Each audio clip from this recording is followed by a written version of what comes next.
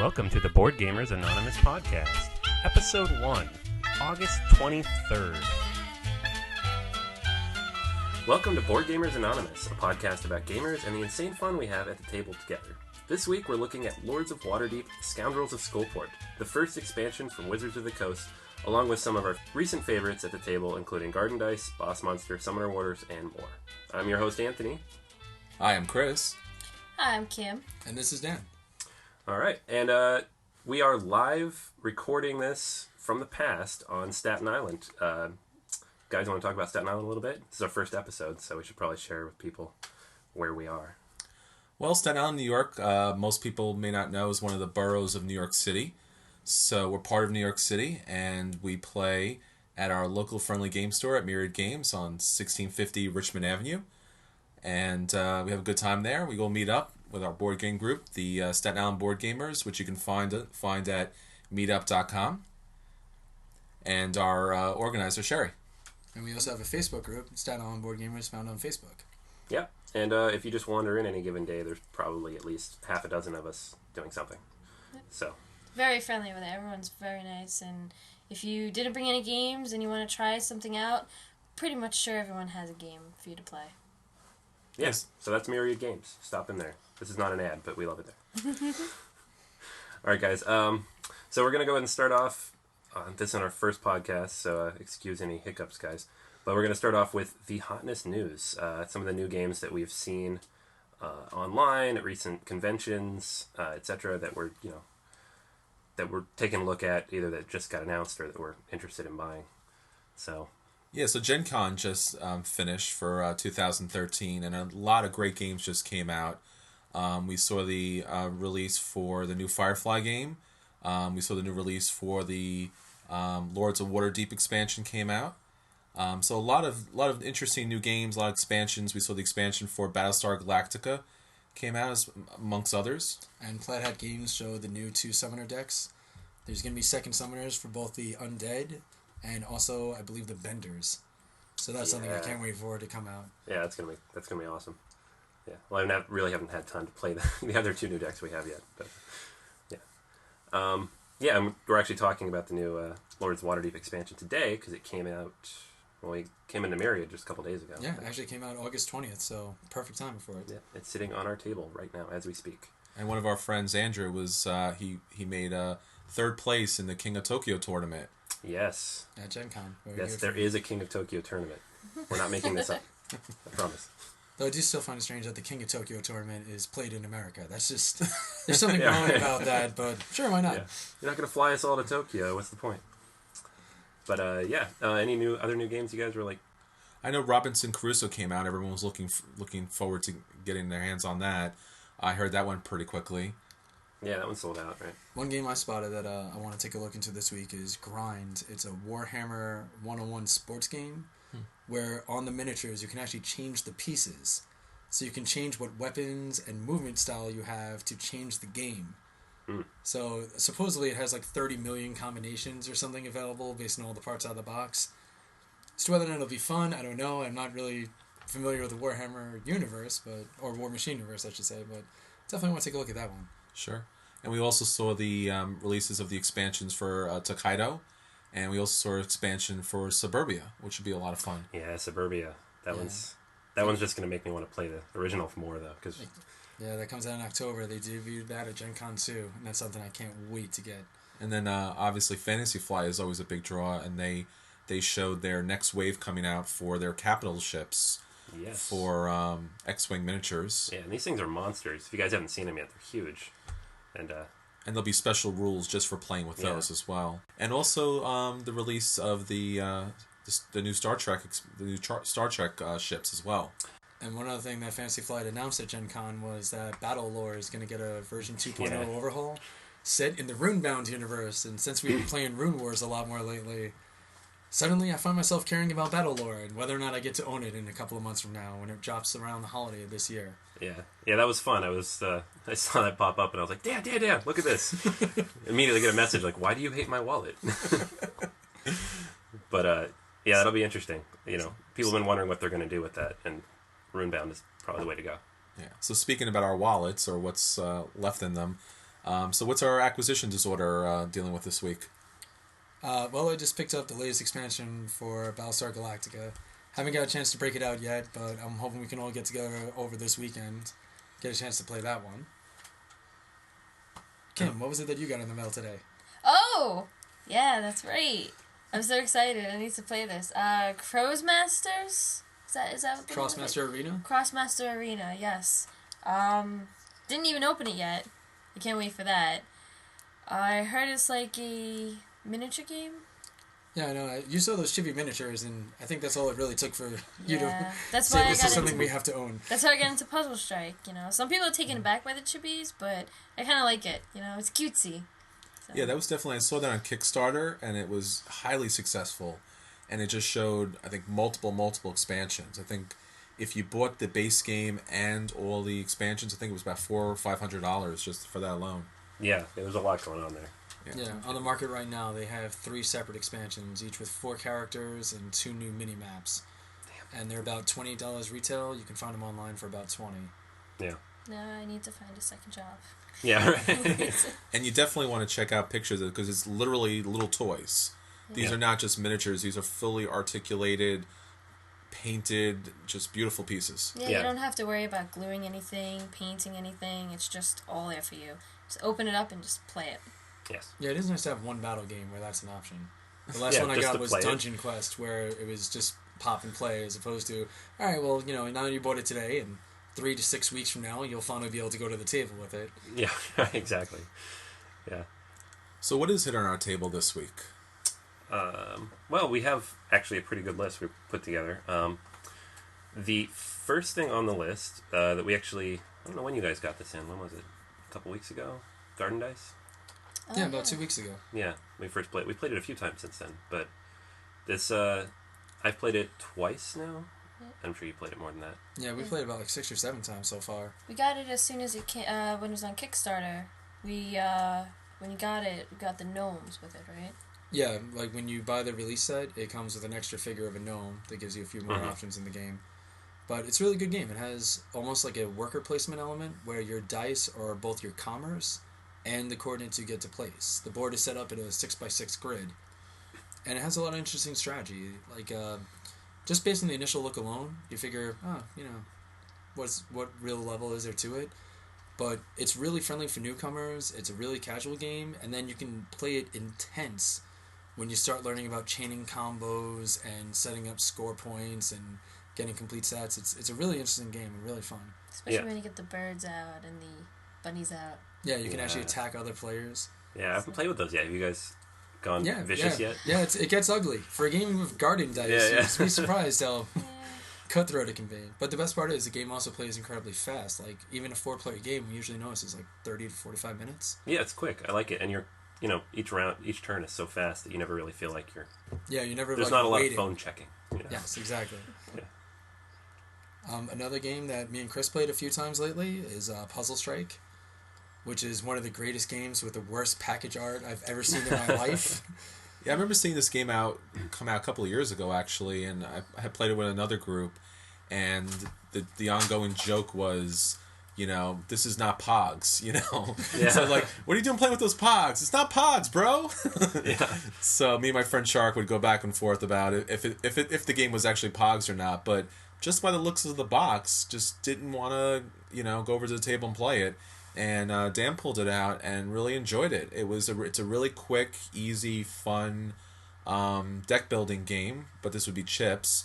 And it has a little attack mechanic where you're crashing gems against other people, and each player gets a hero, and the hero has 3 special chips, which gives them like individual special powers. Moves in Street Fighter or Tekken or something like that, which makes it really, really fun.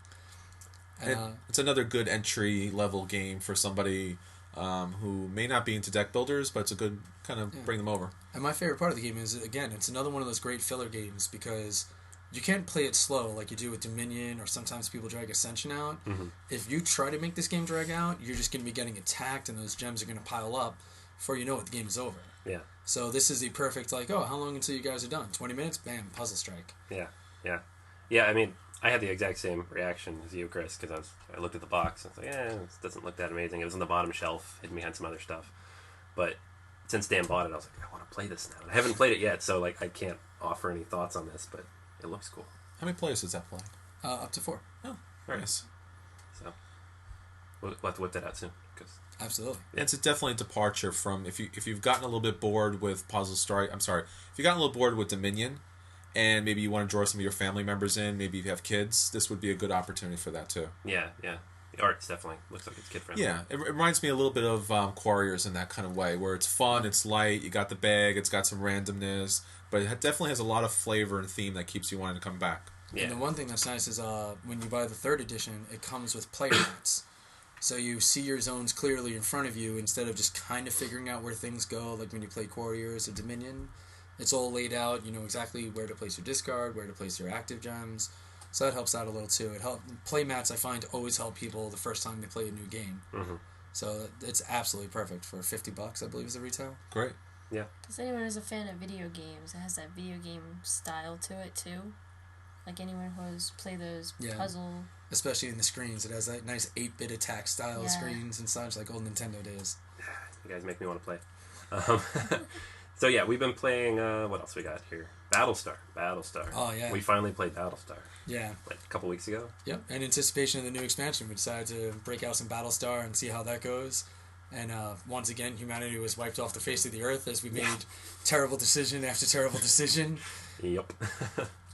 And I got to thank our friend Nick for that, because he actually sat down and really taught us the rules, and he's just the Battlestar master with that. Yeah. But I did figure out he was a Cylon and did throw him in the brig, and we did, you know, an airlock was involved, that's all I'll have to say. But even with all that, he still managed to, take us out. Yeah, he did.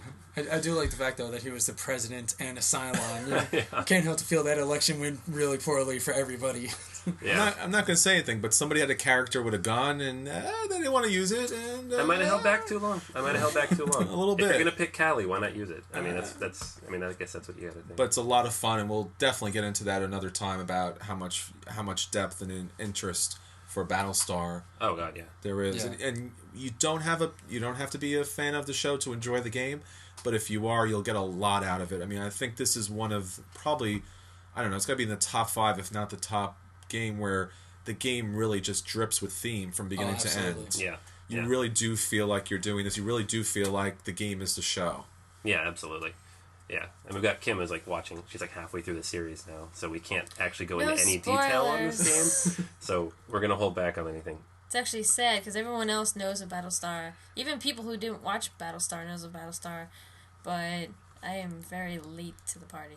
And I know this will never happen, but man, maybe if somebody on Board Game Geek could throw together an original series, couple of characters, because that would be amazing. Because it's just a lot of fun. But and one of the other games I've been had an opportunity. One of our friends, Iggy, at the store, he was taught by Paul, who manages and owns the Myriad game store here on Staten Island, was Neuroshima Hex. Now this is another game just like Puzzle Strike that looks like really blah, doesn't really have anything to it. It's a very small board, and there are 4 different races, and you get these little hex tiles, and it's a little bit strategic like chess. You get a couple of chips. You place your chips, and your chips will either have the first chip you place out as your base, and then you'll have actually some warriors, whether they are a melee attack, which has to be on top right next to another hex to attack it, or a range attack, which can be then any range in a direct line. And then there's special officer tokens where it'll actually give your other hex a bonus, whether it's initiative or damage in some sort of way. It plays very quick. We played about in a half hour, cool. And it plays up to 4 people. So you play in a very small location. So eventually, once all the spots are filled, you attack. Mm-hmm. That's if you don't already get an attack token earlier in the game, where you can initiate attack if you want earlier, if it's advantageous towards you. But then the board expands for the numbers of players that are playing the game. So it's really fast, really light, good strategy. Reminds me a little bit of Hive. Reminds me a little bit of the Duke that's currently out. So if you like those games, I think you'll like this. But it definitely has enough randomness in it that you don't have to be an expert at it. You can just jump in and play. And currently on iOS, you can get the light version for free. So I definitely recommend that. Now, when you were saying the board expands, is it almost like Small World, where it's what's available actually expands, and the board is usually about the same size, or is it you actually are using more and more play space based on the number of Yeah, players? we're looking at, it's just one simple board, but it's outlined for 2 players and outlined for 4 Nice. players. So in that way, you don't have to worry too much. This is also a good coffee shop game where you can kind of put it down and play there. That's great. Yeah, I mean, it looks like you look at the box and maybe it looks a little intimidating, but it seems very. I haven't played yet, but it looks very user friendly. Jump in and play. Yeah, definitely pick it up for the iOS. It's a free Yeah. app, and the AI isn't too smart, but it'll definitely give you Teach the rules. Teach you the rules at least, and it's very simple. Yeah. All right. What else we got new? This new Summoner Wars faction Yeah. Second Summoners. Exactly. Yeah. Me and Chris got to try them out recently. I used the new Tundra Orcs, and he was using the second summoner for the dwarves. The Tundra Orcs still keep a lot of that clumsy factor, where you have to roll higher, or it's easier to get hit and such. But the new summoner introduces ice walls, which is almost like the old Swamp Orcs, how they had the swamp walls. Yeah. And they have a lot of interesting moves. It seems like the ice orcs now, the Tundra Orcs rely a little more on their spell cards. Like Glacial Shift, you actually get to move the ice walls up to 3 squares each, and it can pass through opponents to cause damage. So you can actually just set up a wall of these things and just slide all the way down, wipe out a lot of their lower cost creatures. Yeah, and on the other side, so the Guild Dwarves, some of their common units now are attack towers. So these are units that once you summon them, they stay put on the board, but there are additional cards that will one card, I think it's Mighty Legs, actually moves the towers. Another card creates explosive shells. Another card lets you attack diagonally. Yeah, that card messed me up a lot. I was not seeing that coming at all. So it's a lot of fun. I think it needs to be tweaked a little bit, trying to work in the towers, because once you do place them, unless you have that additional magic card, you really are setting up a stationary attack point. Yeah. But a lot of fun to play. The new summoner gains attack damage based upon how many wounds you put on your walls. So if you have 3 walls and you put 3, then you can put a wound on each, and now you have a lot of attack damage. So definitely a lot of riskier way to play with the Guild Dwarves, but a lot of fun. Yeah. I'm interested in if you can start making choke points, like get a solid foundation of walls and just get those towers everywhere. Yeah. It's like, hey, you want to take him down? See if you can survive a few mortar shells. Yeah. And what's really funny is one of the champions with the new set is like this mega attack tower. Yeah. So that's pretty fun. Jumbo Tower. Yeah. Yeah. I want to see Swamp Orcs versus Tundra Orcs and just see if there's anything left If there's on any the board. space left. I'm actually also curious about trying out the second summoner for the Phoenix Elves and the Goblins. Yes. Yeah. First wave of Goblins didn't impress me too much, but I'm curious if the second one will maybe change how I feel about them. Spice it up a little bit, or Yeah, give them a change the second mechanic, try. because the first one is basically just throwing units at people. Yeah. So, and the Phoenix Elves, precise. I can't wait to see Chris's all precise deck. That's inevitable in the near future. I don't feel like rolling dice today, so yeah. But it's been a lot of fun. Everyone's really liked playing Summoner Wars and really enjoyed that. Right, Kim? Yep. Kim likes it a lot. So another new game we played recently that I actually picked up, probably actually like a month or 2 ago, but we just played it recently. It's Boss Monster. And this was a Kickstarter, I think, like last fall. Yeah, it was last fall. I did not get the Kickstarter, so I did not get the fancy gold cover, nor all the extra bosses, which looks awesome, by the way. But I do love that 8-bit cartridge look for the box. Yeah, The it's box fantastic. alone makes one of the few times you can look at a package and go, I need this, without even knowing what it is. Yeah, that's exactly what happened to me. I was like, I don't know what this game is, but this is a Nintendo cartridge. Basically, the box is an old Nintendo cartridge, NES days, 8-bit, you got your hero up against your boss, and that's kind of what the game is. It's,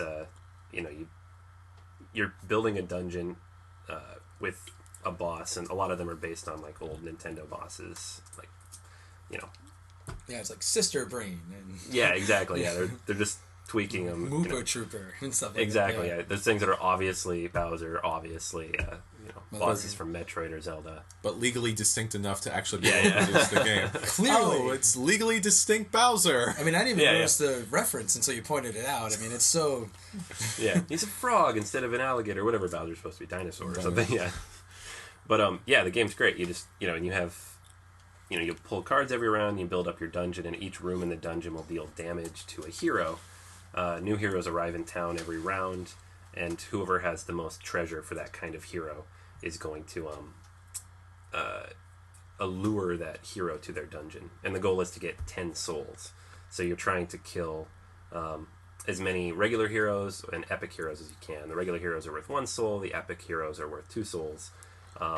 It is possible to be eliminated, although I haven't seen it yet. Yeah, I mean, I think if you just don't even look at all at what you're doing is the only real way. Yeah, it's seems really hard. Incredibly friendly for new players, too, because there's only 4 elemental types, like warriors, knowledge, gold. So, I mean, it seems very easy to teach somebody. It's not an overly complex game. Yeah, and I don't see a lot of ways to, like, ramp up the difficulty necessarily. You don't really need to either, because there's enough cards you can mess with other people. I don't want you to get that hero. It's my hero now. It's a lot of fun, very simple, really easy to get into. And basically, you have your boss monster at one end, and then you're building, was it 4 or 5 rooms? It's 5 rooms. 5 rooms, and that's it. So other than making them advance and playing a spell card or 2, it's just really seeing how you set that up and how that affects the heroes. Yeah, and each boss has, like, a level up ability. Once you get all 5 rooms, you get that level up ability. Some of them will, like... You'll get a nice bonus. Some of them will hurt other people. It depends on what boss you take. But the bosses are taken randomly, so you can't really build a deck either. One thing I liked in the game we played was Chris was only a few points away from victory, and me and Kim started teaming up to stop the heroes from getting to him. Then we turned to Anthony, and then we had the Alliance of Evil going against one of the other boss monsters, and we still lost, which was it's always depressing when a 3-on-1 doesn't go through, but it happens. His supreme boss skills. Yeah. Now, jumping from a really easy card game to a really complex one, we've had the opportunity to break out Legendary. Andrew and Mike had bought that and brought it to the store. Legendary is from the Marvel Universe, and it's a deck building game, but it's a really complex game because you have this really large board out there in front of you, and you're actually setting up a scenario where you have a villain, supervillain here, and then he has a win condition, and then as the game goes on, villains will come on the board and try to escape the city, and based upon that, you have to stop those villains and obviously stop the major villain. And, I mean, there's a lot to that game. There's a zone for civilians, what's going on with the city. The boss, as you fight him, will change what he's doing and his powers, so you can't even predict what to necessarily do next. But, I mean, it is incredibly complex deck builder. I really enjoy it because I love deck builders. But I can easily see this game being a little overwhelming the first time somebody sits to it. Yeah, I think it's one of those games where it has a lot of setup time, a lot of breakdown time. If you can do it, it's a lot of fun. If you love the Marvel Universe, you'll enjoy it. And you get to pick the heroes that you're going to be playing with. And you're not playing a hero, you're kind of building a team. Mm-hmm. Yeah, with that setup time, I kind of feel like Legendary is a game where you're like, all right, for the next 3 hours, Legendary is going to be open to play. You do not break it out for one game. It's true. And it's a co-op game, so you're all attacking the villain, but at the same time, whoever has the most points at the end games is the quasi-winner. Yeah, that competitive co-op where when you all die at the end of the game, it doesn't really matter anyway, but you still feel like you died with the most. That's always a good thing. So it's a lot of fun. Definitely put aside a lot of time to play it. And we also had a chance to play the new expansion, Dark City, that came with that. So you have Apocalypse, who's really tough to beat. He has his 4 horsemen that you have to attack. And you also have the Kingpin, but you also have new heroes. So Yeah, I enjoy Domino, that versatility skill where the game uses only 2 real resources, almost as akin to Ascension, where it's either money to buy or points for damaging for fighting enemies. And with the versatile tactic, you can do either or. Yeah. So Domino she's lower resources, but you get your choice of what you need for that turn. So it's nice to have that little bit of range on a hero. Yeah, so you see a lot of new characters. Obviously, you have Cable in there, and and a new Wolverine because Wolverine has to be in every adventure. So now you have 2 decks of Wolverine. It's actually state law. I looked it up on a Snapple cap. So. That's right. Wolverine couldn't be here tonight, which is odd because he's here every other time. So. Yeah, they said at Gen Con they announced a Spider-Man expansion too, right? I think Fantastic Four they were also talking about. Fantastic Four? Fantastic Four. Spider-Man's in the original set. I mean, they'll definitely bring out Spider-Man again because he's so popular. Yeah, and but at one point, I think he joined Fantastic Four recently. Oh, sure. The new reboot, I believe, like Ultimate Fantastic Four or such. Yeah. So, yeah, that could be pretty interesting. Yeah, it's like it was something like 100 cards. Maybe it was Fantastic Four, too. It was, yeah, maybe I saw Spider-Man art up there with it. Sure. Yeah, and I know they're reskinning the Legendary system for the Alien franchise, too. Oh, really? Yeah, okay. I saw that. It's supposed to be compatible, but not. You can't, like, mix them. Oh, no, so side note. That'll be interesting. We also got to try that DC deck builder. Yes. Which is quite the opposite. It's a much simpler game. It's almost like it's a little more akin to Ascension. Yeah, after much pleading to Brian, he finally brought the DC deck builder. And he brought it. That's good. He did. He finally brought it, and it's definitely a different take. You actually get to play a single hero, and as the game goes on, just like Dan was saying, Ascension, very much like, but you only have one currency. So the currency, which is nice. So you'll actually be attacking and purchasing powers or equipment or locations just with that one currency. So very fast, very easy. Jump into it, play, enjoy. I really enjoyed it, and now that's out from Cryptozoic, I believe, right? Yes, it is. Yeah. It's they're the same people that made the Penny Arcade Gamers vs. Evil, and it has an akin feel where you get your hero and it stands out so unique. Like Batman, you get bonus points for all your equipment. Yes. And who were you using, Kim? I think I was using someone green. Yeah, someone green. I get Kim was playing as confused Kermit the with Frog. That was good. Green Arrow and Green Lantern. They're the same people. Yeah. I think he had Green Lantern and that, and I think his bonus is based upon the diversity of. It's basically if anyone played what you said, the Penny Arcade game, Jim Dark Magic. If you have 3 different name different named cards, you get +3 punch power.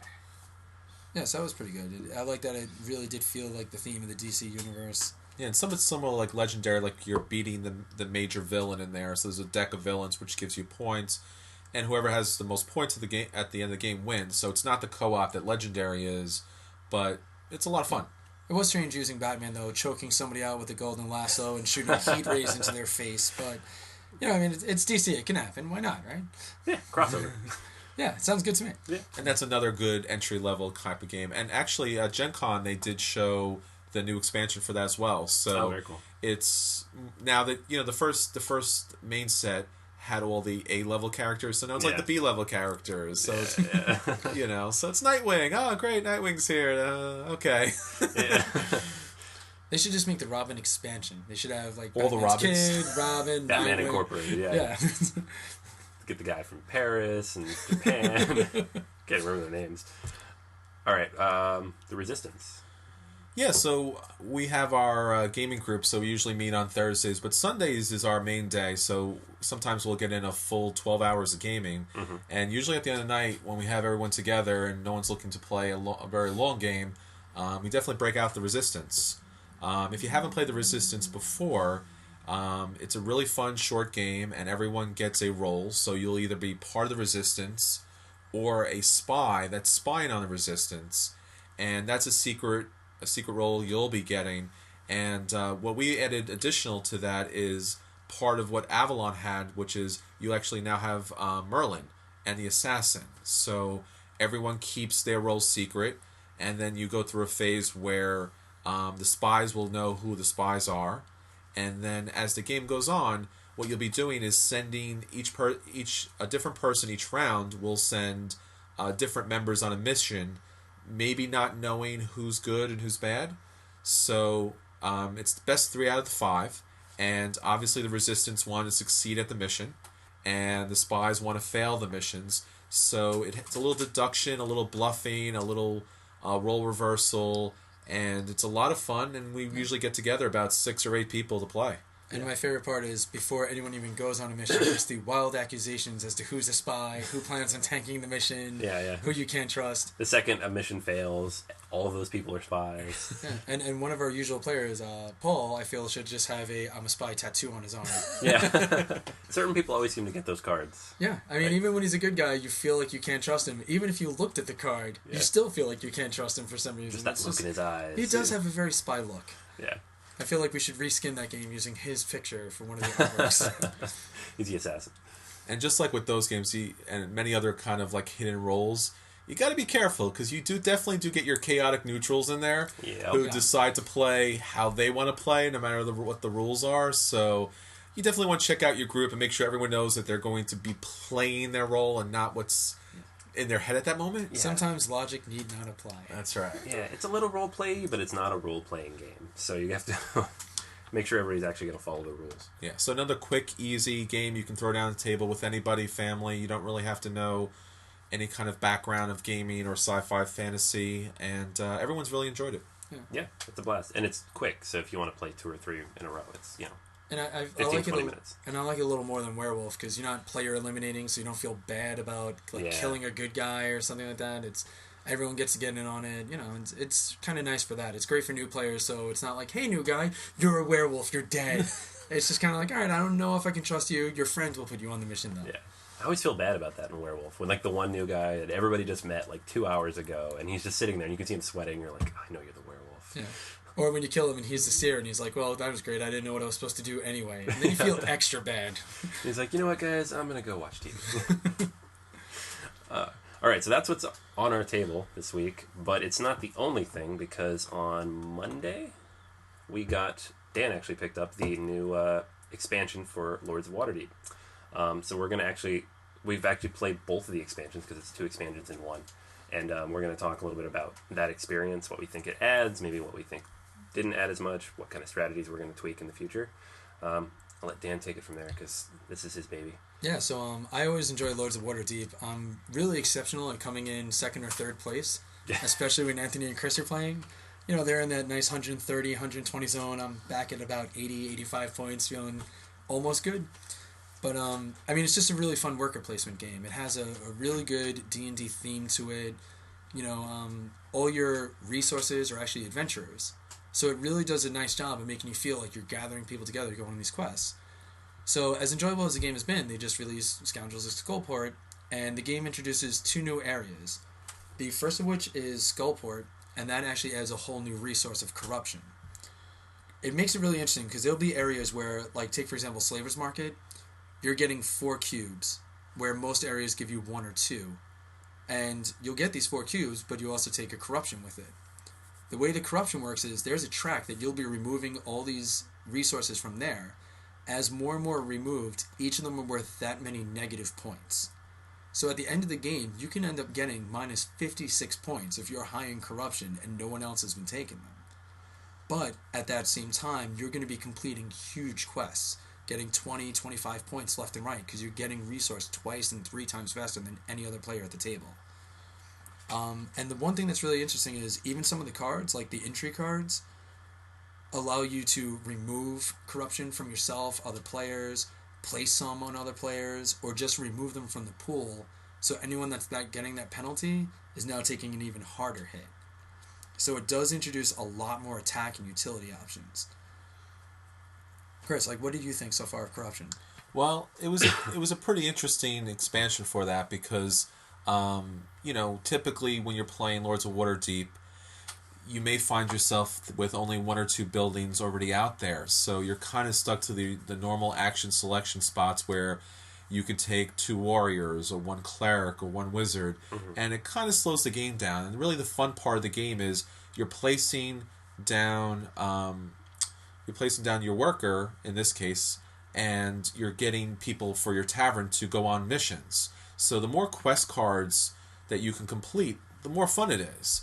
So obviously with the 2 different components of this expansion, it's definitely really a good time to be able to drop your worker on these places where you get multiple resources and get to do multiple actions so that you really feel like you get to do something.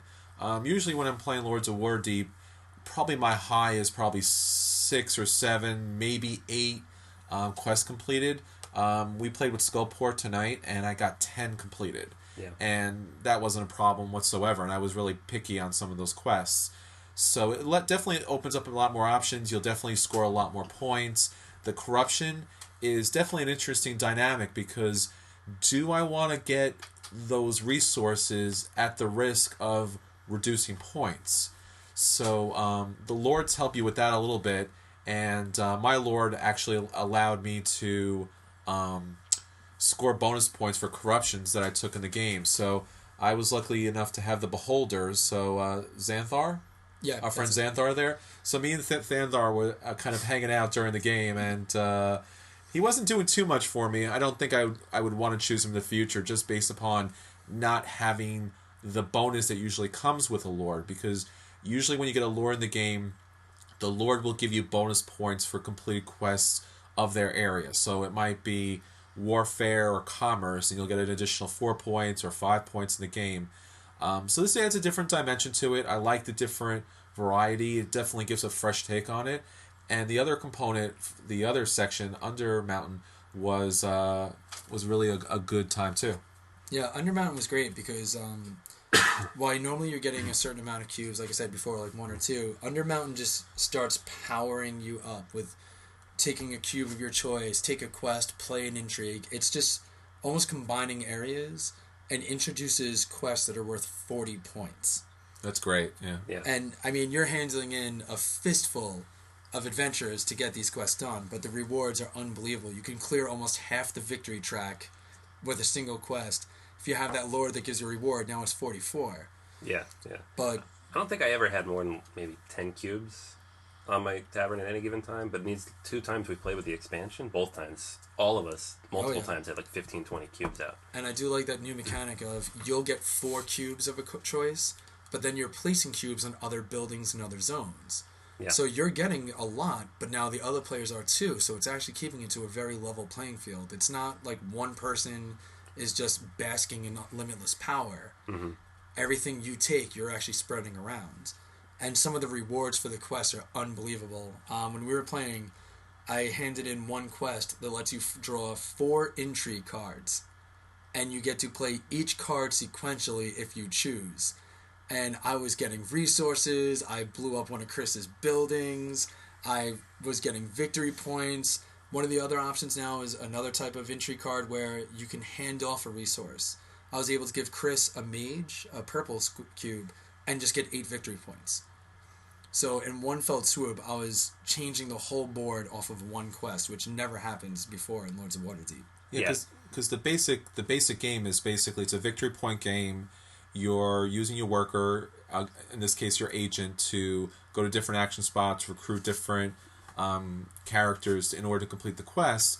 And beyond that, it doesn't really have a lot of variety to it. You do have the intrigue section, but as we found in the original game, you had to land to get an intrigue card, then you had to go to another place to the harbor to be able to play the intrigue card.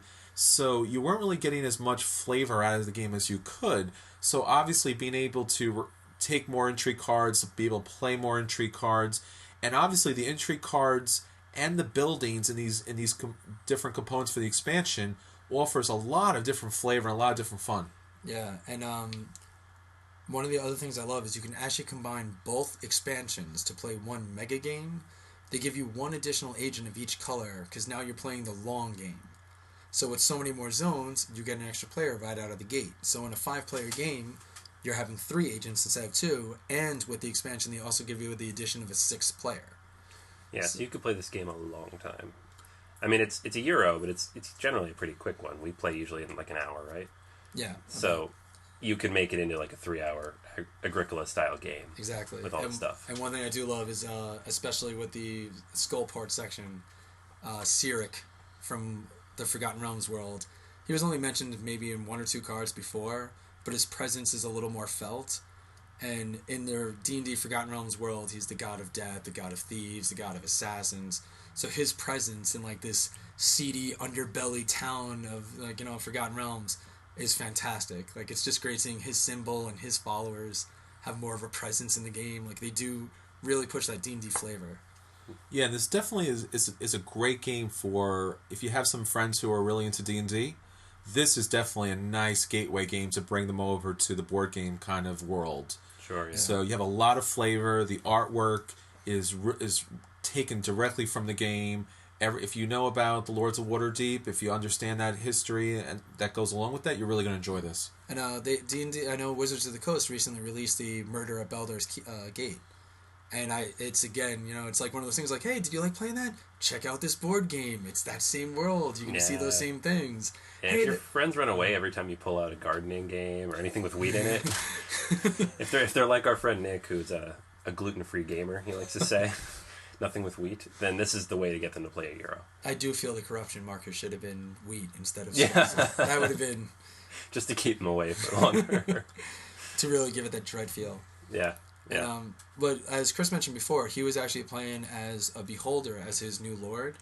One thing I love, again, is with the Skullport, the lords, you have a beholder, you have a mind flayer, and then you have somebody that's like an undercover agent as the new lord. So it really does capture that. Even when you're the lord, you're like, oh man, I feel, like you feel that evil urge just to fulfill like who your character is. Well, they make you play like that too. Oh yeah, absolutely.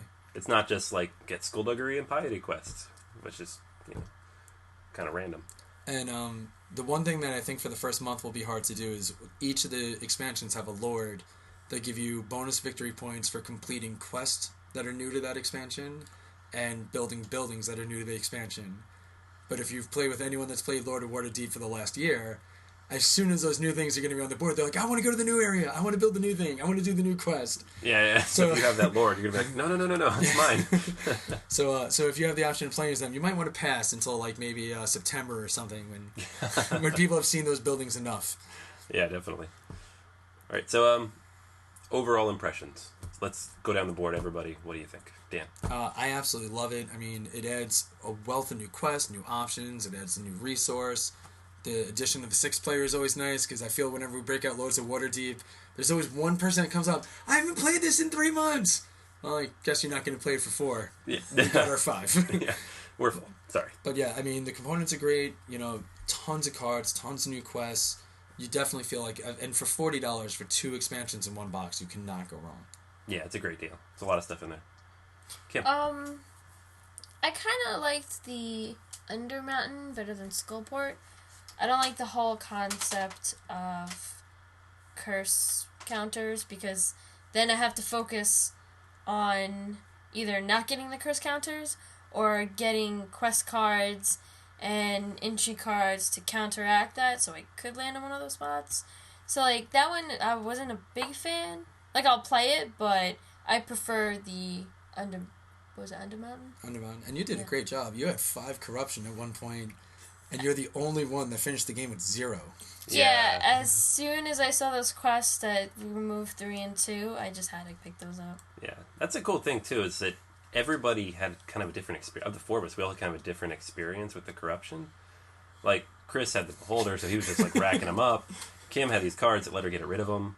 I was just kind of sitting with none for most of the game, and then I realized I probably needed these resources. Yeah, I mean, if you got those cards that let you hurt the people that have more corruption than you, it could have been really bad for me and Chris. Yeah, I actually had that card, though, and I just didn't use it when I should have. I was waiting till the end, because I was going to try to clear the board. He didn't pull the trigger. No. Damn it. Yeah, do you have that card over there?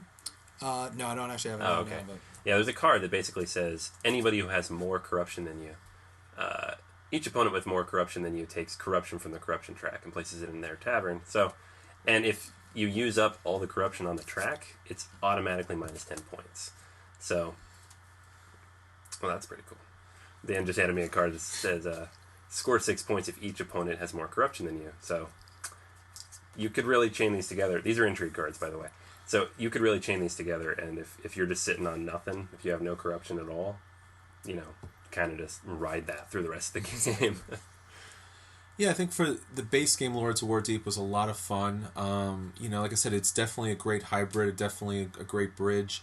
If you're into D&D or fantasy at all, this is definitely something you want to pick up, especially if you're not initially a fan of Euros. I know when I started board gaming, seriously, Euros were like, I was really turned off by it. Really odd themes about, the 16th century or the Black Plague or the Dark Ages or, as Nick would say, the gluten game. Yeah. Breeding cattle. Yeah, breeding cattle. So I'm like... Who doesn't feel heroic knowing that they brought a new sheep into the world? So really kind of very flat, themeless, pace-it-on themes. And, once Lords of Waterdeep hit the table, it was like, wow, this actually has a lot of flavor to it. It's really interesting. But it's also at the same time very simple. So place your agents, recruit your men for your task, and then move on to there, complete the quest, and move on. The expansion adds a lot more flavor. The intrigue cards are a lot better, a lot more interesting. The buildings are a lot more interesting. It's always nice to have more lords, in Waterdeep to play with. I don't think that I would want to go back and play the base game now. Definitely with the Undermountain. I think you have to play with that from now on. Skullport, I could take or leave. It's interesting to have the corruption as a different dynamic in the game. So if you want those really tasty little spots, you're going to pay for it. Mm-hmm. So yeah, definitely either way. I mean, you can play with Skullport and just not take those spots and not be bothered by the corruption. So I guess if I had a choice, play with everything. Don't go near Skullport if that's not for you. It's a dangerous part of town. Definitely want to stay away from that. But highly recommend. You definitely want to pick this up. Yeah, I'm with Chris. Undermountain absolutely has to be in every game now. It's just those extra spaces really make it so you're never stuck being like, all right, I guess I'll take this orange cube, because there's always options. Like if you've ever played a game of this where nobody builds anything, it's painful, So Undermountain's a must. Skullport kind of does change the dynamic of the game. It's not a different game, but you're looking at things differently. You're playing it differently. You're looking at everybody else differently. If you like that, great. If you have 6 people, you kind of have to do it. If you want to play a really long game, you should definitely do it. But also it's cool because the game rewards you either way, whether you do it or not. Like, it's possible to win if you don't take any corruption. So I think the way they did it was fantastic. I would always play with Undermountain, Skullport. Depends on what kind of mood I'm in, how many hours we want to play. And I think one of the things that it's not an expansion, but you definitely want to check out on Board Game Geek is there's actually someone making D&D Deeples. Oh yeah. So the D&D Deeples. Yeah, D&D Deeples. So we've been talking. We would talk about the game. Usually when you play Euro's known for its cubes, wood cubes, or they're meeples. They're actually. There's a cleric, there's a warrior, there's a thief. Yeah, it's very easy to say, give me 3 black cubes instead of give me 3 rogues. Yes. I still don't know what they are. You would like, give me 3 mages. I don't know what they are. You just take them and you'll figure it out. Yeah. Here's the box. It's the purple stuff. Yeah. Yeah, we definitely got to get an order in for those D&D Deeples, because I get the feeling we're going to be playing this game a lot more from now on. Yeah, we already played it a lot, so now we have twice the reason. Yeah, and the best part is our local Myriad has a slew of them in. First day, just grabs it right off the shelf, and it was fantastic. Like $39.99, you couldn't go wrong for this. Yeah, totally worth it. Alright guys, so I think that was pretty much a consensus there. Buy this expansion if you have Lords of Waterdeep. If you do not have Lords of Waterdeep, buy the expansion, then you have a reason to get the game. Exactly. Because that's what I did with Battlestar Galactica. Yeah, right. Well, if you have Daybreak, you have to get the main game. Yeah, it's a good way to trick yourself into. Yeah, pretty much. Wait a second. It would be stupid not to do that. I'm just wasting money if I don't buy it today. All right, guys. Any other games coming up this coming week? Anything else coming in? I know we mentioned Crossmasters. Anything else coming in? Yeah, absolutely. Crossmasters, we're going to be uploading an unboxing video very shortly. Okay. So we'll be able to see what the components in that look like right out of the box, let you know what you're getting. The suggested retail is about $80 on the game, so we want to make sure that you're enjoying what you're getting out of that box for that price. And we're going to be trying more Summoner Wars with the second Summoners. Just got that brand new premium board. Got to break that in. That thing has to get some use. Yeah, I got to get in on that. I haven't used my new Phoenix Elves yet. Yeah, so. Absolutely. And I figure not only that, but it'll be a great time to make a tutorial video. A lot of people around the store know how to play Summoner Wars, but a few don't yet. And it'll be great to have a walkthrough, get you guys through, get you in the initial steps, and get you playing on that game. Yeah, definitely. All right, guys. This is our first podcast, so we don't have any questions or anything like that. So we're just going to go ahead and wrap it up. But, of course, if you do have questions, you should contact us. If you hit up the website, which is boardgamersanonymous.com, there'll be a contact form there. Or you can just hit me up at anthony@boardgamersanonymous.com and send your questions in. We will also be on Board Game Geek shortly, and then I will tell you what the handle is. Probably Board Gamers Anonymous. If it's available. And then you can hit us up there too. So send your questions, send your comments, send your and if we got anything wrong, I'm sure you will. And then That'll be the first thing we hear. yeah, probably. Yeah, we're gonna go into the store. You get 5 cubes, not 4. Come on, read the cards. Yeah, I'm sure we'll walk into the store next week and be like, what the hell is wrong with you guys?